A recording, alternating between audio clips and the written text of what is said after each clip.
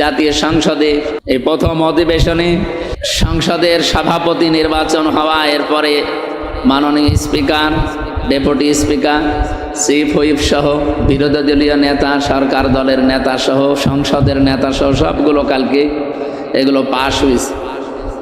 151 জন আমির হামজার মতো সত্যি যদি ওখানে আমরা বসতে পারতাম, তো এই দেশে আমরা অন্তত কালকে যদি হাউসের সামনে আসতো, সংসদের সামনে, যে আমরা এই দেশে আর চুরি দেখতে চাই না। যারা যারা চান তারা হ্যাঁ বলে। 151 জন হাত তুললে এই দেশে চুরি করলে তার হাত কেটে দেওয়া হবে।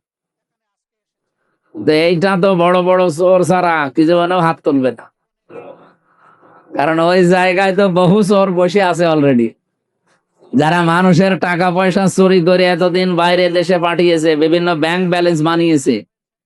তারা এই শেষরা চোরের চাইতে, এই বেগুন চোর, আলু চোরের চাইতে ওটা বড় চোর না?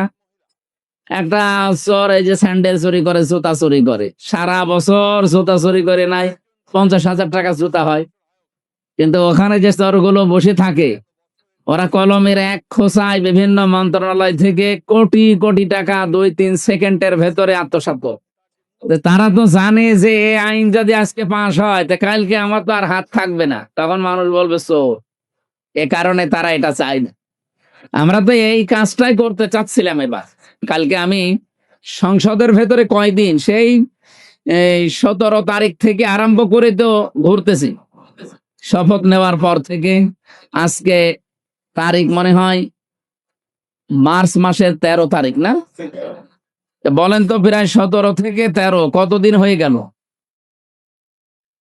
প্রায় মাসের কাছাকাছি ভেতরে ঘুরতেছি। কিন্তু এমন ভাবে সংসদটা বানানো, 9-10 তলা বিল্ডিংটা, মানে আমি এখনো পর্যন্ত মাথার ভেতরে নিতে পারি না। যেখানে যায় সব সমান মনে হয়, মনে হচ্ছে এই জায়গা দিয়ে তো কেবল গেলাম। এক মানে যদি লেখা না থাকে আপনি জীবনেও খুঁজে পাবেন, খালি ঘুরবে। তা আমি বাইরে এসে আসলে যেখানে তাকাচ্ছি মনে হচ্ছে যে ওই রকমই জায়গা, খুঁজে পাচ্ছিলাম না। একজনকে জিজ্ঞাসা করেছি, হলো আবার সাংবাদিক, ও আবার ভিডিও করেছে, ওইটা দিয়েছে ছেড়ে যে আমির হামজা সংসদে এসে হারিয়ে গেলে। আমি কি হারিয়ে গেছি? এইটা শুনে যারা আমার বিপক্ষে, এই যে যারা আমার কুষ্টিয়ার সদর আসনে, আমরা ভোট পেয়েছিলাম 4.5 লাখের ভেতরে 1,83,000 কিছু বেশি, আর আমাদের বিপক্ষে আমার নিকটতম যারা, তারা 1,29,000। সব মিলে প্রায় 55,000 ভোটে তাদের চাইতে আমরা বেশি ছিলাম। আরো 6 জন ছিল, তারা হালকা কিছু পেয়েছে, কেউ পেয়েছে 20টা, কেউ পেয়েছে 100টা, এরকম কিছু পেয়েছে। তা আমরা যারা বিপক্ষে ছিল, ওই মানুষগুলো যেহেতু এখন মাছ না পেয়ে ছিপে কামড় দেওয়ার অভ্যাস তাদের, তারা কিছু করতে পারছে না। তো চরিত্র হননের জন্য বহু চেষ্টা চালিয়েছে, দেখছে না এ লাইনে যে আমার চরিত্রই ওদের সাথে আরো বেশি খারাপ। না, আমার পেছনে যারা লাগে তারা দেখে যে ওনার চরিত্র তো আমাদের চাইতে অনেক ভালো আছে, কারণ আমাদের তো চরিত্রই নেই। তখন তারা ওই লাইন বাদ দিয়ে বিভিন্ন সামাজিক উন্নয়নমূলক কাজ যেগুলো আমি হাতে নিয়েছিলাম, এই কাজগুলো কি করে ভুল ধরা যায় সেই চেষ্টায় ছিল। আমি নির্বাচনে যে 16টা পয়েন্টের উপরে জনগণকে উদ্বুদ্ধ করেছিলাম, আমার নির্বাচনী ইশতেহারে যেটা ছিল, তার ভেতরে 1 নম্বরে ছিল আমি নির্বাচিত হতে পারলে 100 দিনের ভেতরে সরকারি যত অফিস আদালত আছে আমার এই আসনের ভেতরে, এগুলো সব আমি জনবান্ধব করে তুলব। এটা কি খারাপ কাজ? মানুষ থানায় যেতে ভয় পায়, মানুষ এসপি অফিসে যেতে ভয় পায়, টিএনও অফিসে যেতে ভয় পায়, ডিসি অফিসে যেতে ভয় পায়। এরকম ভয় গাজীপুরে নেই? এগুলো আমাদের এলাকা তো রাজ পার্টির এলাকা, আরো বেশি। আমাদের তো রাজ পার্টির এলাকা, কুষ্টিয়া, মেহেরপুর, চুয়াডাঙ্গা, নাম শোনেননি? তো এই সমস্ত জায়গায় আমি দেখেছিলাম যে এগুলো বেশি, মানুষ ভয় পায়। যে চিন্তা করলাম যে এগুলো কি করে জনবান্ধব করা যায় দেখি।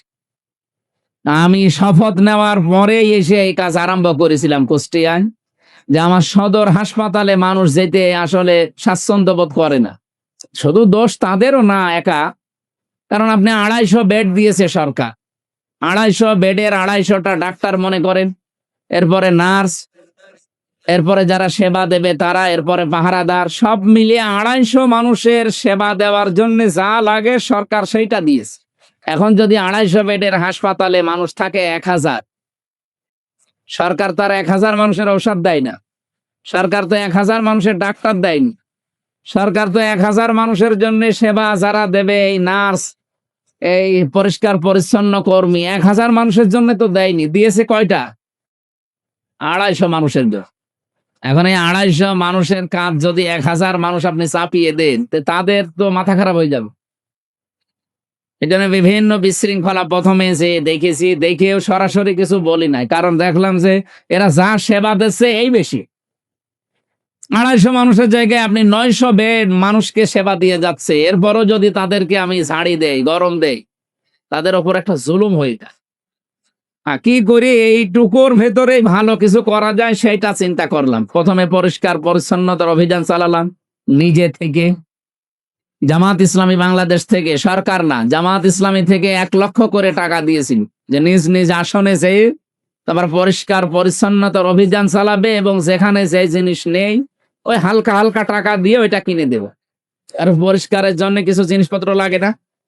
তো সরকারি বেসরকারি যত অফিস আছে, আমার কুষ্টিয়া তো বিশাল এলাকা, আমার আসনটা অনেক বড়, 3টা থানা মিলে 4.5 লাখ প্রায় ভোটার আমাদের।